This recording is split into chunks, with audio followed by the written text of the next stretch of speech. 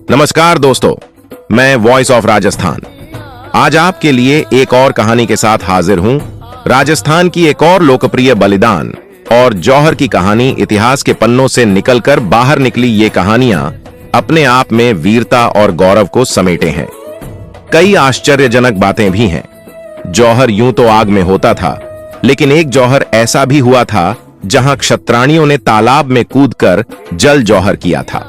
राजपूताना के इतिहास में यह अपने आप में अकेला जल जौहर हुआ था। चित्तौड़गढ़ की महारानी पद्मावती और अन्य रानियों का अग्नि जौहर भले ही जग प्रसिद्ध हो, लेकिन क्या आप जानते हैं कि राजस्थान के किस प्रसिद्ध दुर्ग में चित्तौड़ से पहले ही अग्नि जौहर और जल जौहर रानियां और राजकुमारियां कर चुकी थीं? जी हां, रणथंभौर दुर्ग में। इतिहासकार मानते हैं कि जौहर की परंपरा राजस्थान में पुरानी है, लेकिन राजस्थान पहली और एकमात्र बार जल जौहर भी हुआ था। बात साल 1301 की है। कहा जाता है कि अलाउद्दीन खिलजी ने रणथंभौर पर हमला कर दिया था। बताया जाता है कि उस वक्त खिलजी ने 11 महीने तक रणथंभौर के किले को घेरा था। हम्मीर देव चौहान और अलाउद्दीन खिलजी के बीच युद्ध के बाद रानी रंगादेवी ने अन्य रानियों के साथ जौहर किया था। उसी समय हम्मीर देव चौहान की पुत्री राजकुमारी पद्मला ने भी अन्य राजकुमारियों और कुंवारी कन्याओं के साथ तभी जल जौहर किया था। यह राजस्थान का पहला जल जौहर था।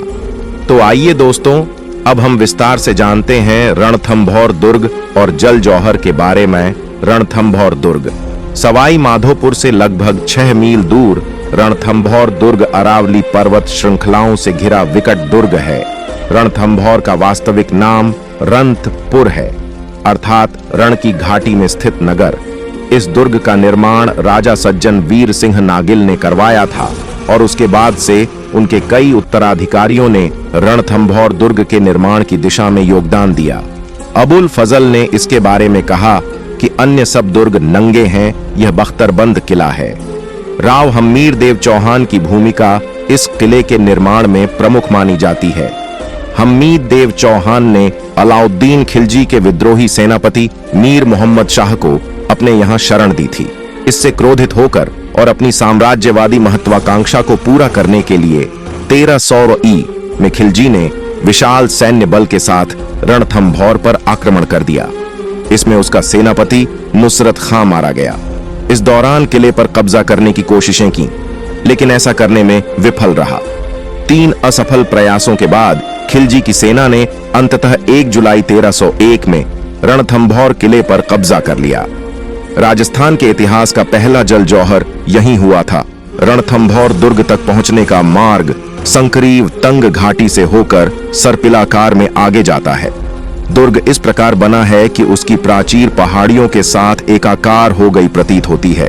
किले में ऐतिहासिक स्थानों में हाथी पोल, गणेश पोल, नौलखा दरवाजा, सूरज पोल और त्रिपोलिया प्रमुख प्रवेश द्वार है। त्रिपोलिया अंधेरी दरवाजा भी कहलाता है। इसके पास से एक सुरंग महलों तक गई है। इसके अलावा हम्मीर महल, रानी महल, हम्मीर की कचहरी, बादल महल, 32 खंभों की छतरी, रनिहाड़ तालाब, सुखसागर और पद्मला तालाब प्रमुख हैं।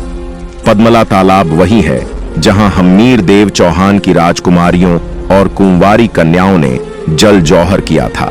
तब विवाहित महिलाएं अग्नि जौहर और कुंवारी कन्याएं जल जौहर किया करती थीं। ऐसी मान्यता है कि अंतिम युद्ध भी हम्मीर सिंह ही जीते थे। स्थानीय स्तर पर किंवदंती है कि अलाउद्दीन खिलजी के साथ जब अंतिम रण के लिए हम्मीर सिंह सेना के साथ गए तो उन्होंने रानियों से कहा कि युद्ध के बाद केसरिया झंडे लहराएं तो समझिए हमारी जीत हुई, और यदि खिलजी के काले झंडे लहराएं तो हार।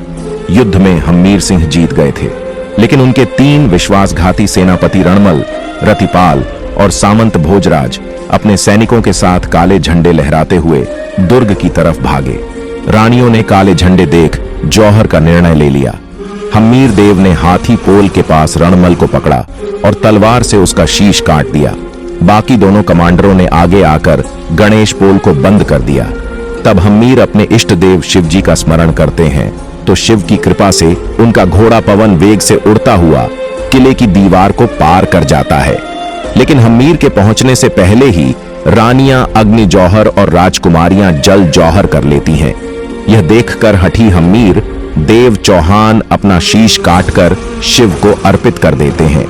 शिव प्रसन्न होकर उन्हें सब कुछ देना चाहते हैं, लेकिन हठी हम्मीर देव इनकार कर देते हैं। तभी का यह दोहा प्रचलित है। तो दोस्तों, ये थी जल जौहर और बलिदान की कहानी। यह कहानी आपको कैसी लगी कमेंट करके बताएं। साथ ही अपने दोस्तों के साथ शेयर करें, लाइक करें, चैनल को सब्सक्राइब करें। मिलते हैं अगली कहानी में, तब तक के लिए आपके अपने चैनल वॉइस ऑफ राजस्थान की तरफ से धन्यवाद।